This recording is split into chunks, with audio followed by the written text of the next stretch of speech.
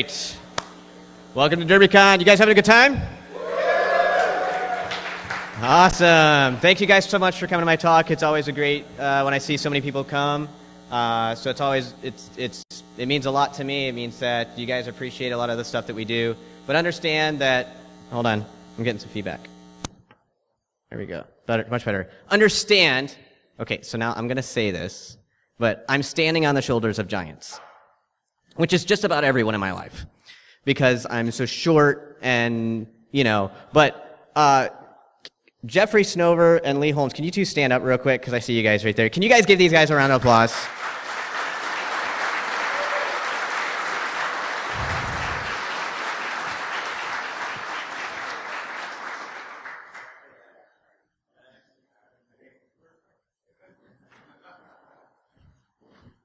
Okay, so without their work, none of the stuff that I've been doing, the last couple of years would actually be, worth anything. So I'd have to come up with different attacks or whatever the case may be. So I really appreciate everything that they've done. Oh, son of a. I got a bracelet. I'm not doing anything. I got a bracelet. Oh. Well coordinated. Wait, I'm not old enough to drink.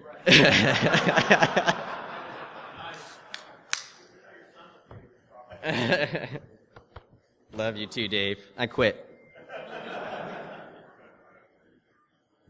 I can't gulp.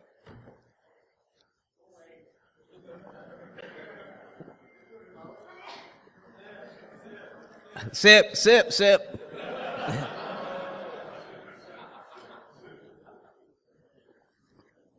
I hate you, Sorbo. Mm-mm. Mm-mm. Mm-mm. Mm. I'm not getting through that talk if I finish that. Ooh. That stuff is nasty. Ugh. Anyways, a little bit about me. I'm Ben0xA, Ben0xA, not Ben0xA. 10 is not my age. It was funny because I gave a talk here last year, and then shortly after, Dave called me, and he's like, hey, we want to bring you on to Trusted Sex. So now I'm a senior. Excuse me.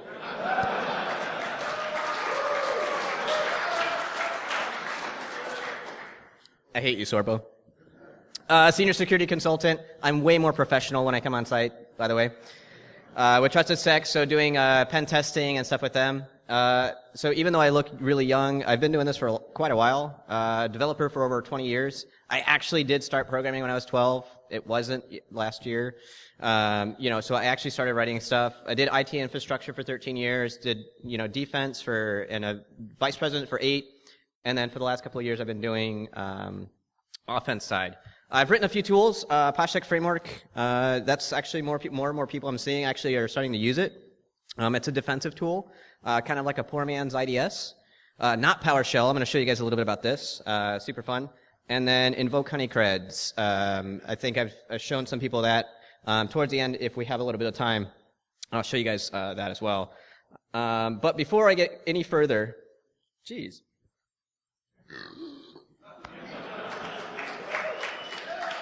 Ugh, it's so bad. I do have a special introduction. Would you guys give it up for my son, Joe?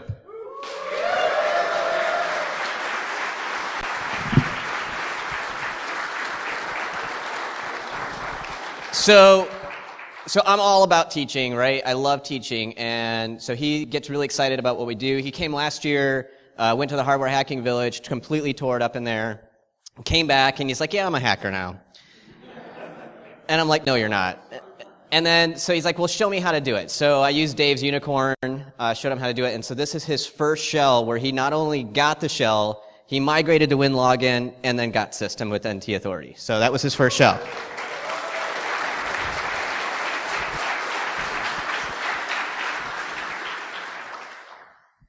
So a lot of people say we look alike, and we like the same technology, we like the same things, but the difference between me and Dad is that I'm supposed to be this short.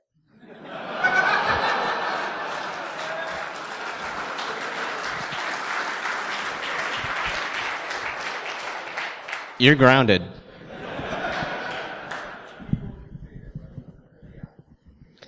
So anyways, that's my little guy, so I'm all about this. So every year, up into this year, I've been doing a Derby contest. You guys, anyone ever participate in one of those where you guys have to Photoshop me into something crazy? You know, so like if you do Ben0xA meme, you know, there's all sorts of fun things out there. But I decided not to do that this year for two reasons. One, you know, super busy, but two, the tickets went out so fast. I felt bad not being able to, you know, to take up one of those. But that doesn't mean that y'all haven't been messing around with me. So, you know, like, you know, here even 14 hours ago, just iced Paul Koblitz, from Derbycon. Are you old enough to do that? Here's Joe and me on our first airplane ride. How nice the airplane supplied you with a guardian for your flight.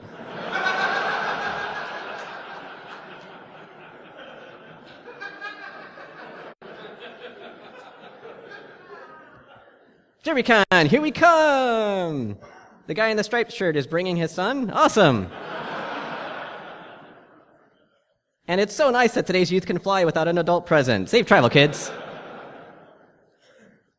So this next one is an actual perspective shot, and for those who are not tall, you can understand, like, I go to the magazine shop, and I'm like, I had to actually ask a guy to get Air and Space from the top shelf for me.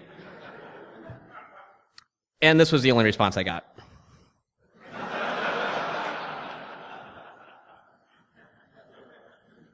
So there was an issue in my neighborhood where, you know, there was some real sketchy things going on. This car was like driving around. There was this kid. It was middle of the school day. The kid should have been in school. Like, it just seemed off, right? And so, like, there wasn't anything bad going on, but I just wanted a police officer to just come by, see what was going on, make sure everything was okay, because, I mean, it just seemed odd for this kid to not be in school. So I call the police, and, you know, I'm like, hey, geez, can I get an officer to come by or whatever? And they're like, yeah, sure. So the officer pulls up, and I'm in my running gear because I had just gone for a run, and I roll down, so I go to walk over to tell him, like, the whole situation. He looks at me and goes, shouldn't you be in school? So, of course, I post that. He's like, I would have thought it was, can I speak to your parents? I mean, so I get made fun of all the time, and in fact, right here earlier, they're like, does it ever get old? I'm like, no, it's fine. I'm perfectly okay with it, and a lot of times I do act like a kid. So anyways, I'm perfectly okay with you guys making fun of how old I look or how short I am, but that's perfectly okay. I'm big on interaction, okay? So this is not just a keynote. This is not just for me to just talk to you. I'm all for asking questions, and I've got a few extra drink tokens for non-inane questions. All right? So the past few years, we've been talking a lot about PowerShell, right? In fact, if you were just in here with Will, by the way, Will left some awesome stickers, so I'm going to give away Will stickers for him for PowerShell Empire. You just heard about Empire. You've seen a lot of the cool stuff that's come down the track. Carlos Perez does a great PowerShell training. There's been a lot of cool things. Matt Graver has done it, Matt and his team, Will and his team, and I know there's a lot more people that are doing awesome PowerShell stuff, and it's happening everywhere. And a lot of technologies are actually being very cognizant of that. And if you look at a lot of your detection mechanisms, they're now flagging Empire. Oops. There you go. Stop hacking me, bro. They're flagging Empire. They're flagging other things. They're looking for all of this stuff. You guys should actually start to see that in a lot of the different scenarios, right? So that's fine and that's great. But part of what I'm going to talk about in this talk is how over the last year, as vendors have gotten smarter and people have come up with defense methodologies to try and detect it, I've come up with ways to get around it. And so that's part of what we're going to be talking about today. So I'm going to start with the one thing, and I think, unfortunately, I was running security, so I didn't get to see Jeff's and Lee's keynote, but I saw that it was tweeted out that they would talked about this a little bit, about the execution policy. Okay? Okay, it's not a security control at all. Okay? If that's what you're using to stop PowerShell, it's not going to do you any good. So let me show you.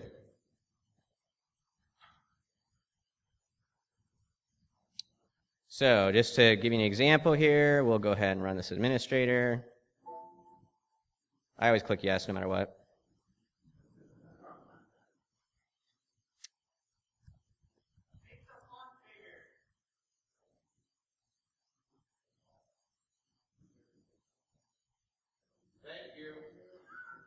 Thank you.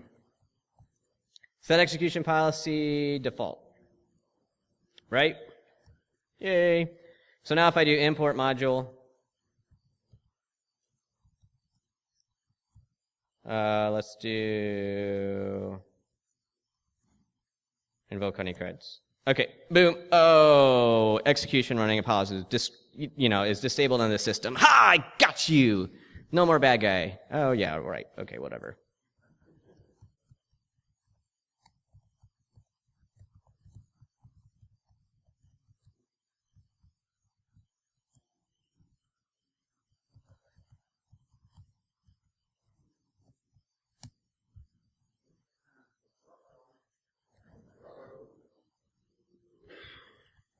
I'm going to hit tab. It's right there. And I can, boom, there you go. Obviously, it's trying to do something that I'll demonstrate later. But that was, so let me show you the command again.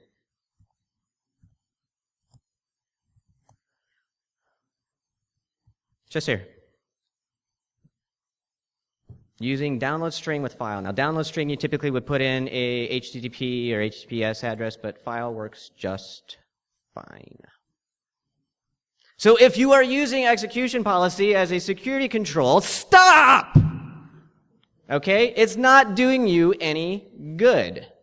There's actually a shorter way of doing this as well. So there's other ways that you can actually get this.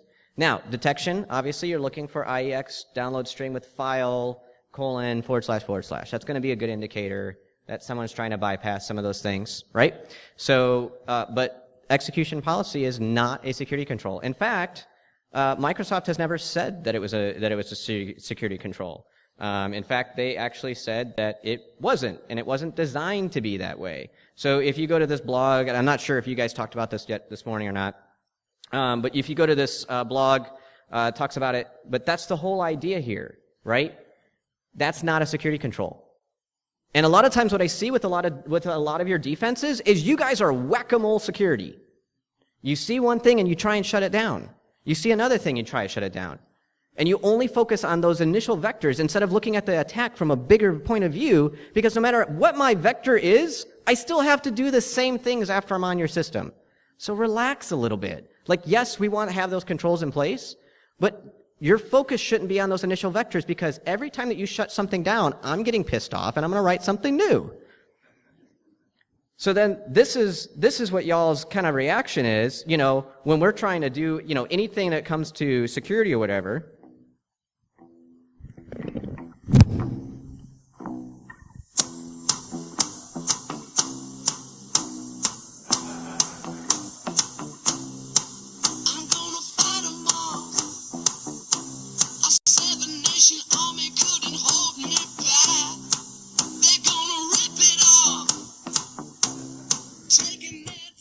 That was how he stopped PowerShell.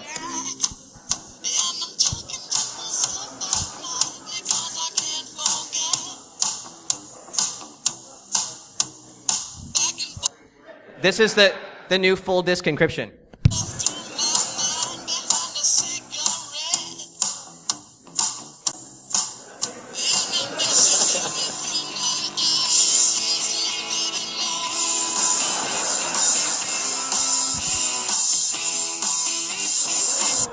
Dude, I have tried to take the screen off a laptop. It's taken me hours. That woman just ripped it off.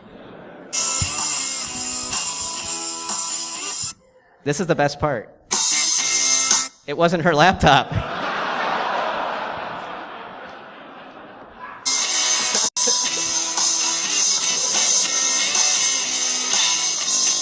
So this next one is actually really cool, because a lot of times, like, you guys think everything is fine, or I'll go to to a postmortem or whatever, and they'll be like, how in the world did you get that? And they'll show them the attack path, and this is typically their reaction. Because they think everything's good. They're like, ha, I got you.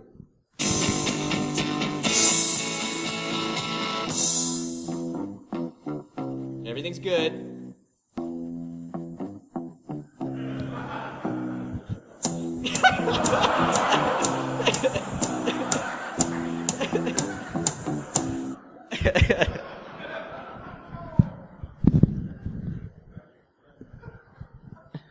It's not a security control. Okay? So part of what I'm going to show you today is a lot of the things that you guys have done or that I've seen organizations do in the middle of a pen test, and it's pissed me off, and then I've had to write something new, right? And that's exactly what an attacker is going to do. If you are so focused on those initial vectors and you whack-a-mole your security, they're just going to move someplace else. Yep. So, and I'm a PowerShell dude, and I'm here because I know you're brilliant and I want to learn from you, but can application whitelisting stop PowerShell attacks? You know what? That's a great question, so you get a token here. Okay. Oh, so you're going to block PowerShell.exe, huh? Okay.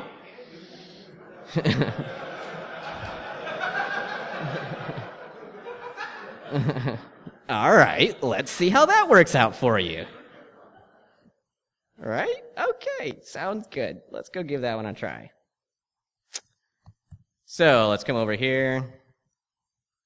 I think this requires a reboot, unfortunately, but I'm going to show you guys where to actually do this, but I'm not rebooting my system. It's under local security policy, and it's not this. You think App Locker is it, but it's not unless you have Enterprise. I found out the hard way after doing a class that when you have App Locker on here, it's just so you can write the rules. They don't enforce them. So I'm like, it's there, and there's even PowerShell commandlets to test your rules, and it says pass, and I'm like, yay! And then PowerShell kept opening. It's actually right here. Software restriction policies under additional rules. Here you can come in and say new path rule, go browse, and we'll point it to, obviously you'd point it to the PowerShell. But, all of that being said, I decided that I was going to write something else. So I wrote not PowerShell. But that's blacklisting versus whitelisting. Whitelisting being... I understand. You can whitelist, that's fine. Whitelisting is fine. I'll get there. Okay. Just, I'll get there. I'll get there. It's all right. I know, good. So this is not PowerShell. And basically it runs the exact same way as PowerShell does. So if you're looking in a lot of your logs and you're looking for PowerShell.exe for a lot of your stuff, yep, this is what I got. I was on an engagement and I was in the middle of doing something. Now, as a penetration tester, we obviously ask that, we've got a week, right? So we have a week to get things done, right? So I want your incident response plan to kick into place. Cool, fine. Just don't shut me down, right? I need to finish my test. Let me finish, and that way you can know everywhere else that you have to go. So I'm in this test, and then all of a sudden I've got a command prompt open, and then I try and hit a new one. It said, this app has been blocked by your administrator. I'm like, all right, fuck you. So then I opened up PowerShell and started doing some PowerShell stuff, and then 20 minutes later, this app has been blocked by your administrator. I'm like, all right, it's on. So then I grab NPS. And I download it, hit it, go whatever, come back the next day, and they're like, how did you get access to the box?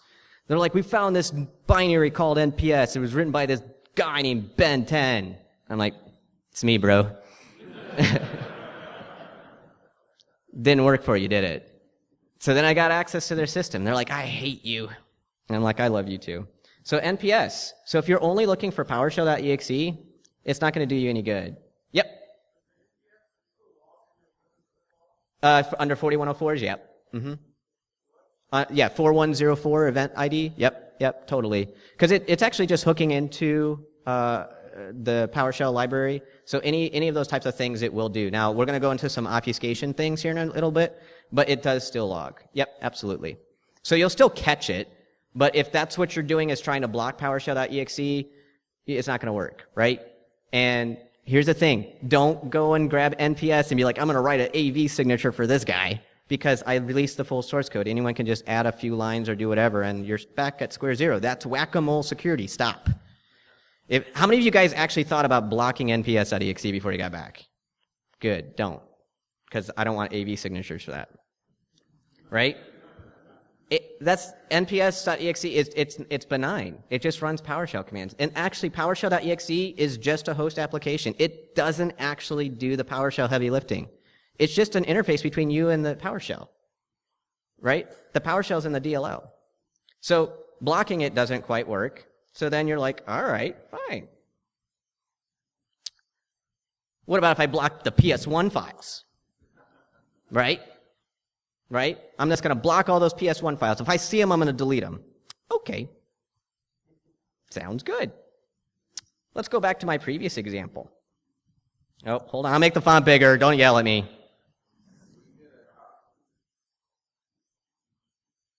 All right. No, it's good, man. If that's an error, I don't even know what the error message said. I just click OK.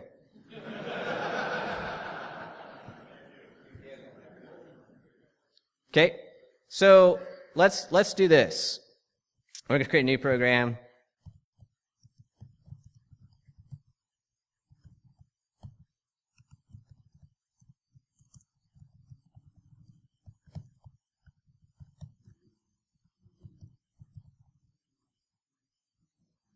Okay, and we will save this as test.ps1, right? Or we'll just do this as test.txt. Okay? So if I try to import module, invoke, did I save that in the right spot? Yeah. What did I name it? Oh, test.txt. Did I really? No, I'm good. Stop trolling me, dude. All right, so if I do this, if I go dir, here's my test.txt, right? If I try and import module test.txt, oh, it's not a valid file, whatever. Okay, fine.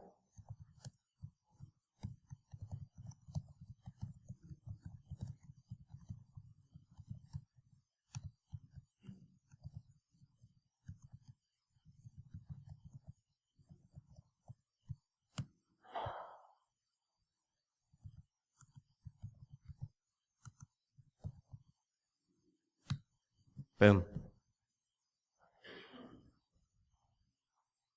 What do you guys think?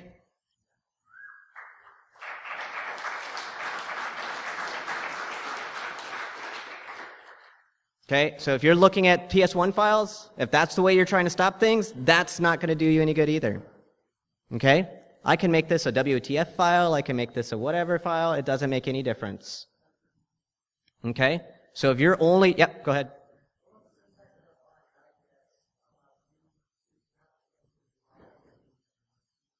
What do you mean by what do you mean? Can I do something else? IEX is it's an alias for invoke expression. And so that's all I'm doing is invoking the expression and creating a new web client object, which is built into .NET. It's part of .NET as the way it is. So if you've got .NET, basically if you've got Windows 7 or later or whatever, like you've got this on there whether you like it or not. And then I just call the download string function, and because I can point it at a file, it'll download whatever I want and then run it. The file extension at this point makes no difference. You could have no file extension on this and it'll run and it'll be just as fine. Answer your question? Can you block this?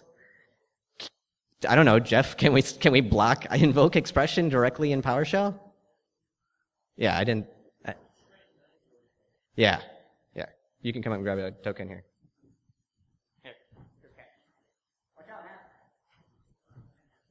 Okay, do you guys see that?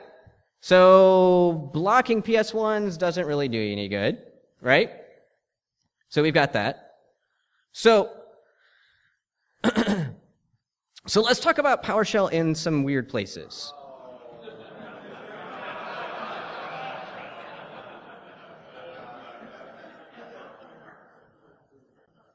Oh, come on, that was good. He doesn't, I mean, I don't know if he quite understands what that means. No. We've already signed him up for counseling after we get back. Right? So a couple of different things is you can actually put some PowerShell in some cool little spots on different systems. So one of them is in an ASP file. It's not really the PowerShell, it's calling PowerShell.exe, but let's look at something else here. So let's look at this. So let's look at some C# code. Did you guys know that you could put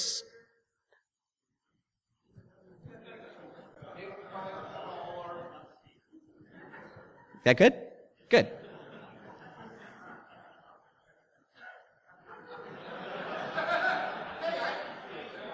You good?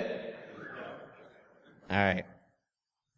So did you guys know that you could put C# code directly in there? So you can grab some sort of library like, I don't know, and not PowerShell, grab the code and put it right in here. So this is C# code. So the way you do this is any type of assemblies that you're going to call that right here. And then you're going to put your code directly in here, just like you would any type of C# code. And so here we can see that I'm hooking into the PowerShell.create. Whatever command you're getting, I'm adding as a script.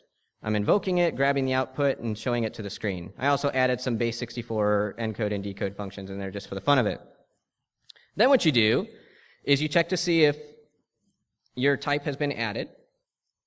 And then if not, then you go ahead and add it with add type.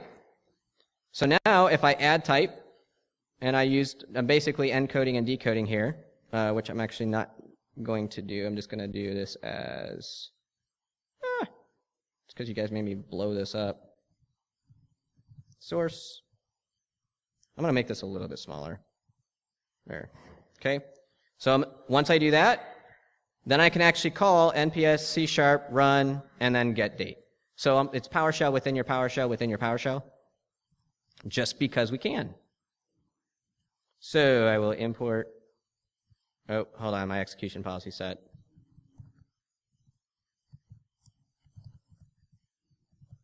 Let's do it this way. Invoke C# code.ps1.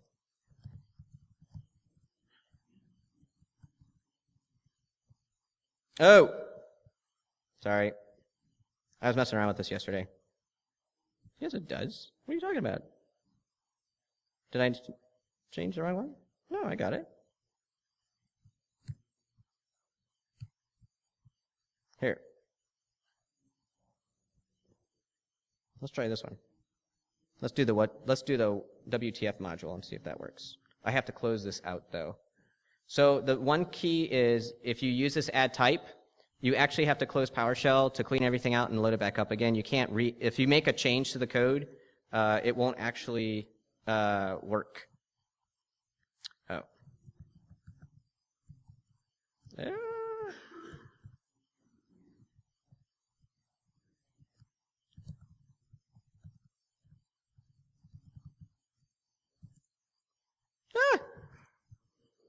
You have to run everything as administrator. It's just better to set your users up that way.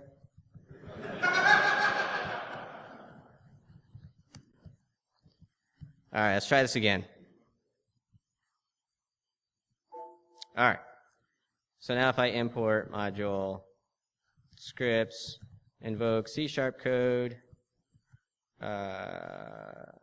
code PS1. There we go. So as you guys can see, it ran my get date, right? That's all I did, right there. And to show that it actually works, I can do like, right, output, hello, Derbycon, right? And again, I have to close it and reopen it because I can't re-add the same type. It's just not the way it works. So if I go like this, import module C, PSF scripts, invoke C# code, invoke C# code, and there we go. Oh. Did I grab the wrong one? Oh, I changed WTF.ps1. Oh, let's try it again.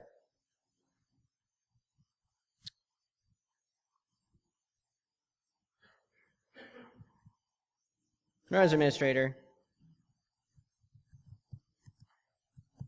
Module C, PSF scripts, import, invoke C#.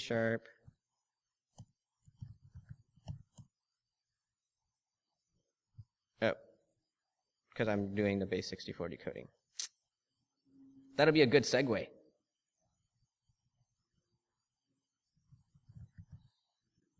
So, we'll get Derbycon to show up here.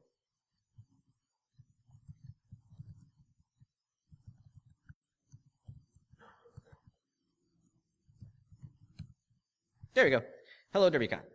Okay. So, no matter what's going on, we can run C# code. So let's see what this looks like in the event log. Oops. Right? So now we've got 2,000 events. If we look through here, these are the 4104s. If you haven't done PowerShell logging, you should really look into that. Let's see if we can find where our injection point was. It was, gee, there's a ton of logs in here.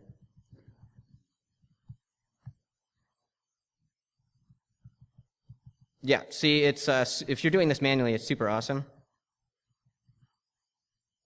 So kind of difficult to find. But there are things that'll actually pull that up, and so you can see all of that. But, so let's talk about, so we've got our C# code, and you can maybe see that and see where everything goes on, but what happens if I do something a little bit crazier? What happens if I go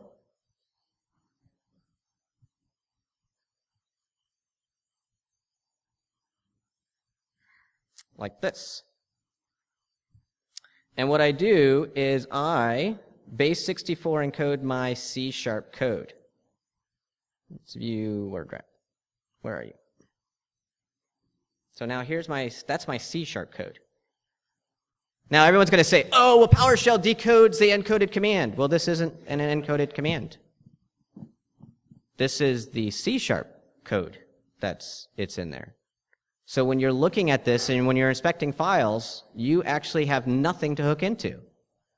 So when you go to run this, it's still going to run because it's going to base64 and decode that code. But the PS1, when you load it, it's only going to show this in the 4104 logs. So the 4104 logs have no idea what your C# code looks like. None. None.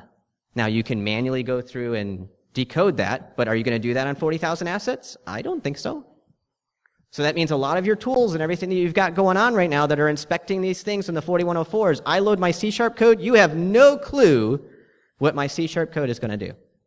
None.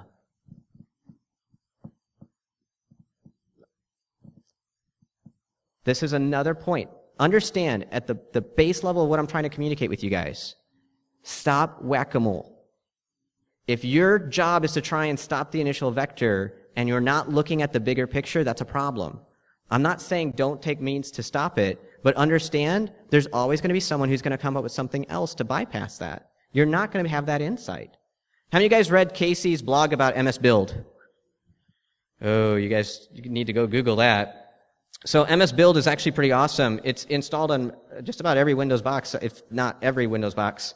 And you can actually take C# code. Tell them I said hi. You can actually take C# code and actually run it, and it'll... Hey, Adrian. How's it going?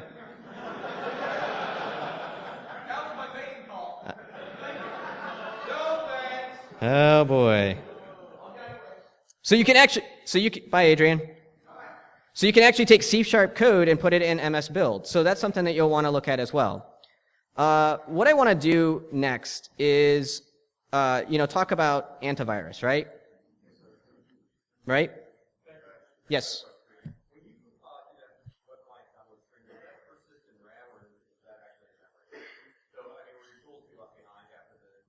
Nope.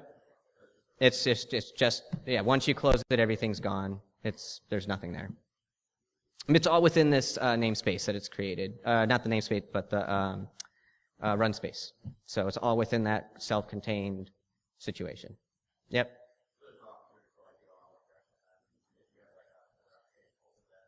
So I haven't looked into that. So the question was, is there any other opportunity for DLL injection? I don't know. So I actually just wrote what I'm about to show you guys here in a little bit last night in my hotel room. So I'm going to show you guys something that I think is actually really cool. But let me talk about AV as well. Antivirus will stop it, right? That's awesome. Matt Graber's stuff, even Will Schroeder's, a lot of their stuff are getting picked up. Dave's stuff got picked up, and it was like PowerShell.exe, no profile, encoded command like this, right? Right? You know what he did to bypass AV? He did this.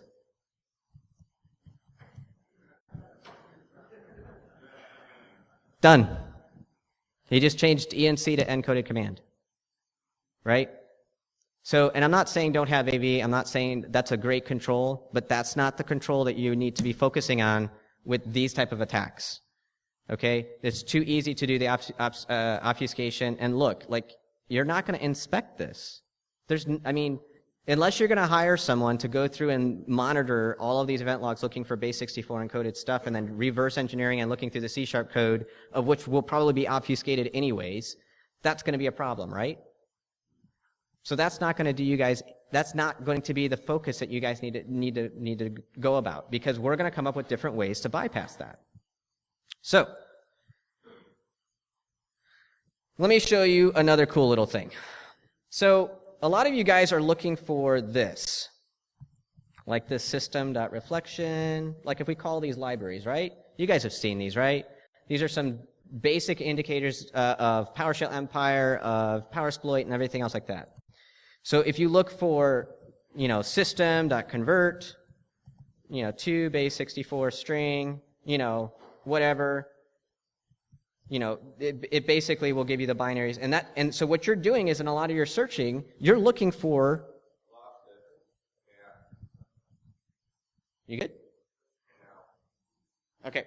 You're looking for this, right? So let me show you something cool. You can actually do something like this. So what you do is you build your string, system.text.encoding, and then you use type with the type name. Then you can call the library, which is T1. So now, instead of me calling those libraries of which you're looking for, I'm calling T1 and T2. So you guys aren't checking it. So let me show you what this looks like. I know some people were taking pictures, so I was waiting. So if I import module, invoke type. If I invoke type, there we go. And if we look at the event log, oops.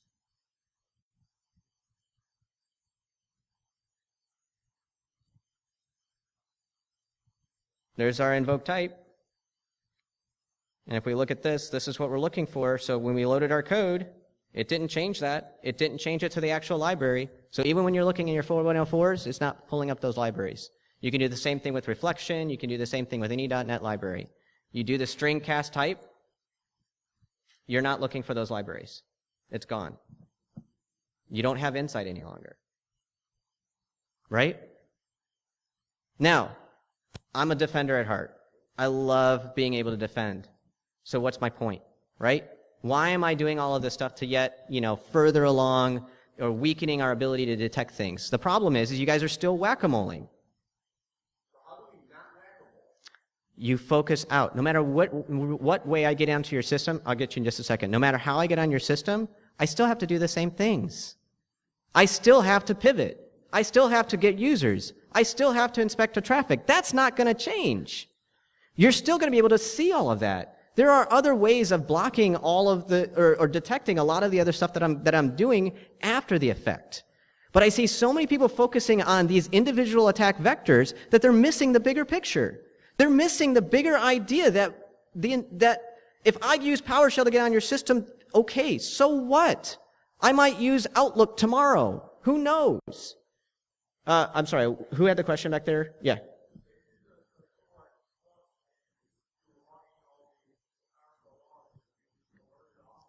Yeah, so Splunk's getting this.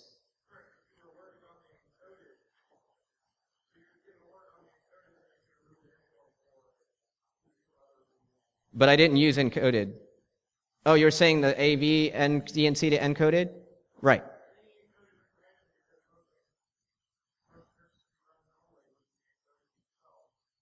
Well, right, but if you look at Empire, so I do a lot of my Empire, and I don't use the encoded, I just use the straight function. That's what I love about Empire, is that it gives me that straight function that I can copy and paste in there. Now, there are tools that are actually picking that up, and it's really cool, but again, it doesn't take much to just obfuscate that. The point is, I'm not trying to say, don't try and detect this stuff, I'm trying to say, change your defensive methodology. And I'm showing you new techniques. Neat ideas, things that I have been doing for the last year that I haven't shared with anyone, right?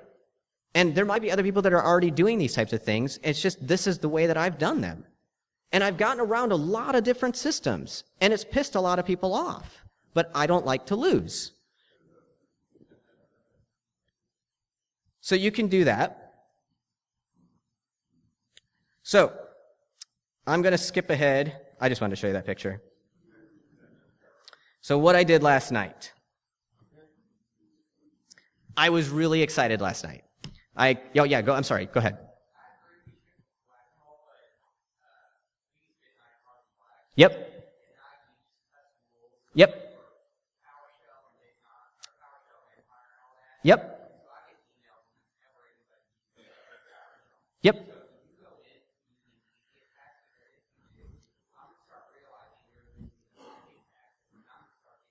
So his point was, if I go in using easy attacks and, just start using like cut and paste like I'm blasting in, you're absolutely right. And that's a great indicator of compromise. And I'm not saying don't use those tools. We have great vendors out there, right? I've been on some systems where y'all have pissed me off because you keep shutting things down or you get detected.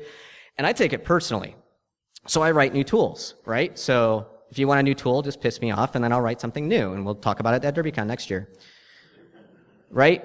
And that's great. And you might. But here's the thing. If my goal is to get in there and my goal is not to get detected, I'm not going to go the path that you're expecting me to go, right? I'm going to go through and I'm going to base 64 encode my base 64 encoded stuff, right? And you're not going to catch that on the stream because your watch list that you've got for Carbon Black and all of your other things, you're not picking up on it because it's not going to match any of your regex queries that you've got going on there unless you're inspecting every single PowerShell command that you're running on your system. It's not going to happen, right? And that's the whole idea. You can use the MS build to run the PowerShell code itself as well. Or I can just use MS build to do a C# code, which does the next thing I'm about to show you. So, one of my problems was, on an engagement was, getting access to the machine and getting that persistence and getting things to run.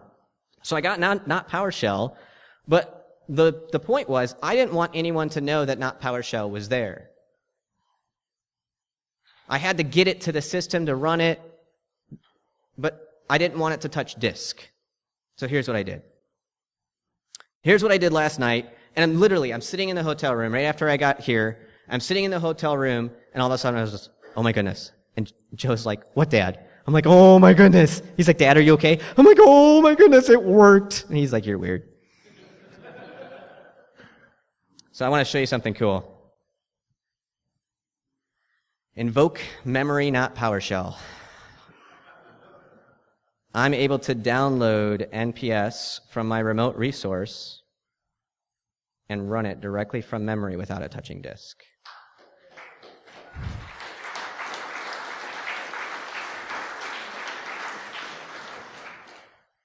So let me show you how this works. So this is just using that C# code that I showed you earlier. Again, I could base 64 encode this as I showed you earlier, right? So you guys aren't going to be able to see this code. This is my payload. So this is from Unicorn. Okay? Now I'm going to double check my shells I've got going on here. And I will be putting this out on my GitHub later. So if we look at options, let's make sure my IP hasn't changed. By the way, that stinks when you're trying to do an exploit and your IP changes in your VM. That's really annoying. Okay, so I'm going to exploit this. Hold on one second. Okay, cool. So that's running. So if this works, and I'm going to run this not from an administrator, just normal PowerShell. Okay. And I'm going to open up the task manager, and I'm going to leave it running on top. We're going to look and make sure that NPS isn't on here. Okay, so no NPS, right? You guys are all with me? NPS.exe doesn't exist. But I will show you that it's sitting right here on my web server. I've got Apache running. So there's my Apache server running right there. Okay, you guys are all with me, right?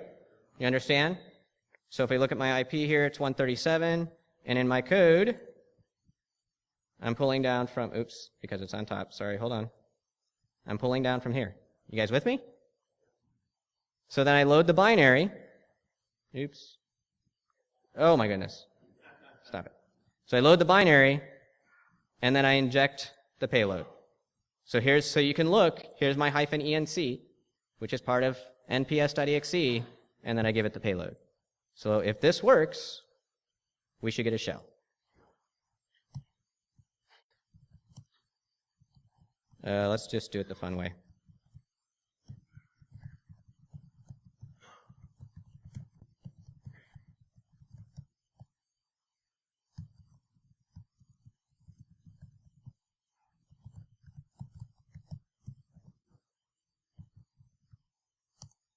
Okay, so we're looking right here. I'm going to put this down here. Do you guys know you can turn sounds on in Metasploit? You get Mutt's voice on there, especially when it fails. He goes, "Try harder."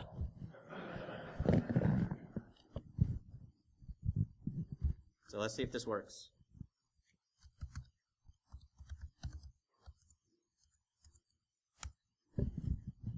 And our exploit worked.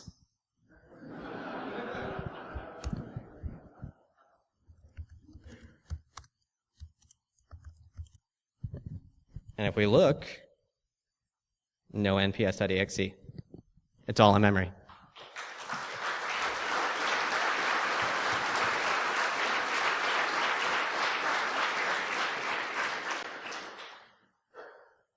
Yes, sir.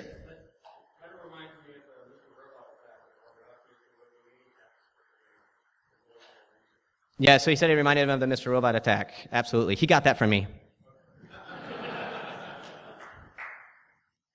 Do you guys see? And do you guys understand the point that I'm trying to tell you? This is not me coming around saying it's futile to do defense. That is not what I'm saying at all. In fact, there's a lot of organizations that I've been to that I have been so frustrated because they did defense well. Because they didn't care about my initial attack vector. They expected me to be there. They're like, yeah, we know you're on the box. It's okay. Keep going. I'm like, I'm not even in my final form yet, bro.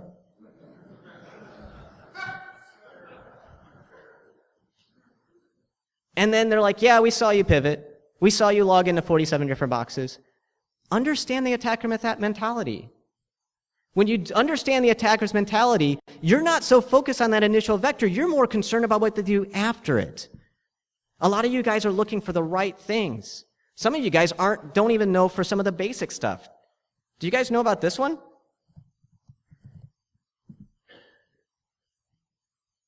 Do you know that this is like awesome for me to get this? Does anyone know what this does?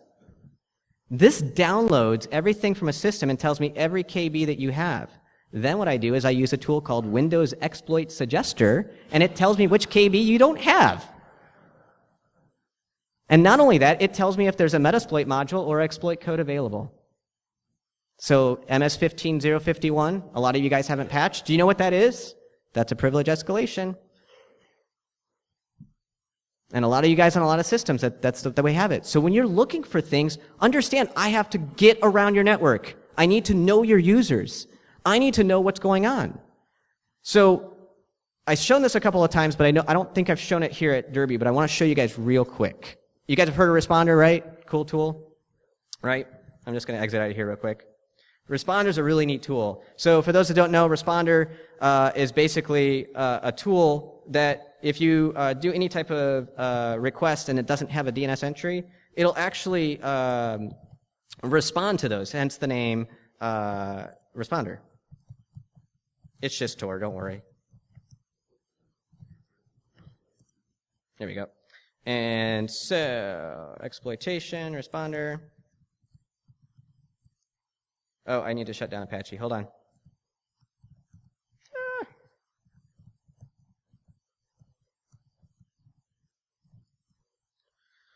Okay.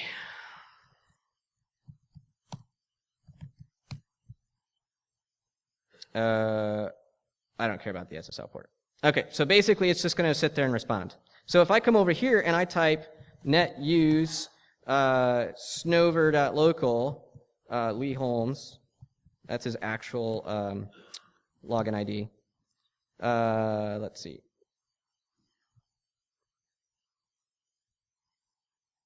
Oh.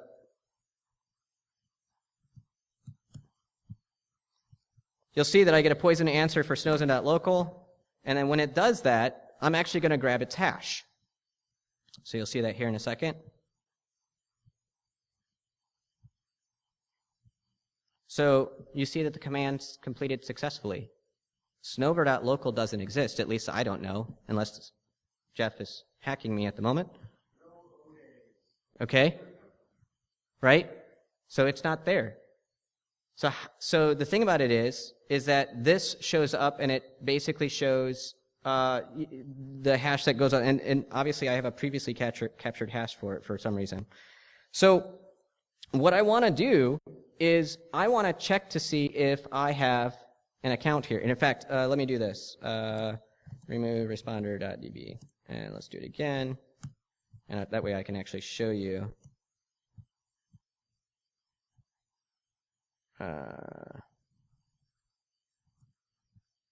There. So you can actually see, here's the hash that comes through. Don't worry if you guys try and crack that, it's just password. It's all good. Okay? So I have to crack this. I can't use this in a pass-the-hash attack. I have to actually crack this. So what I did is I wanted to know how I could actually detect this. Because if I'm on your network, one of the first things I'm going to do is I'm going to see if I can get credentials from somebody else. So what I did is I wrote a tool called Invoke Honeycreds. And what honeycreds are is credentials that actually get injected into the network. And it's in a completely different namespace. So what I do, import module, invoke honeycreds. So when you say invoke honeycreds, it'll ask you for a password. Now this is actually hooked into the Windows 7 or the Windows credentialing system, so it's not I didn't just pop up a box. This is actually good to do. Then what you do is you create valid-looking credentials, not user-based, service-based. So if I do this, and if I do lead.local SCCM updater service, and I give it a decent-looking password, maybe something that's actually random, something like a lot of our service accounts look like. Yes? Oh. Okay. So as we can see, there's our SCCM service update, and then look. So I do two things with honeycreds. The first thing I do is I send you the hash, but then I also send in plain text, because if you're an attacker and you've got a hash that you have to crack or you get plain text, which one are you going to use first? Plain text. And what the cool thing about honeycreds is this account does not have to exist. And the moment that responder responds, you get a 200 OK on this side. And you know you have somebody using responder on your network.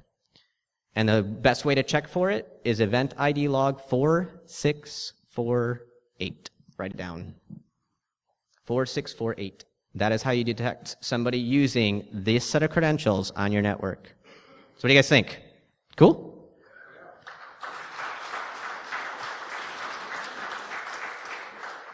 All right, so I know I'm running out of time. So you guys can get a lot of the stuff. My not PowerShell and honeycreds are on GitHub, full open source. You guys can do whatever you want with that. Jared Atkinson has done some great stuff on the defense side. I encourage you to use his stuff. We've also have PoshSec with Matt Johnson and myself. Some really neat tools. A lot of people have contributed to that. I'll let you guys take some pictures.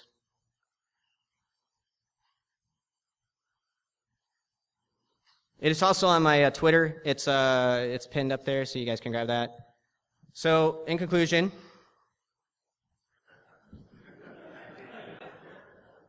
that's it. I'm done. Questions?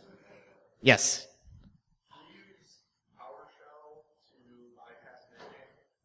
Can I use PowerShell to bypass Net Nanny? I think that's a conversation for us later. All right, guys. Thank you very much. I appreciate it. I have free stuff up here, so if you guys want to come talk to me, I can give you some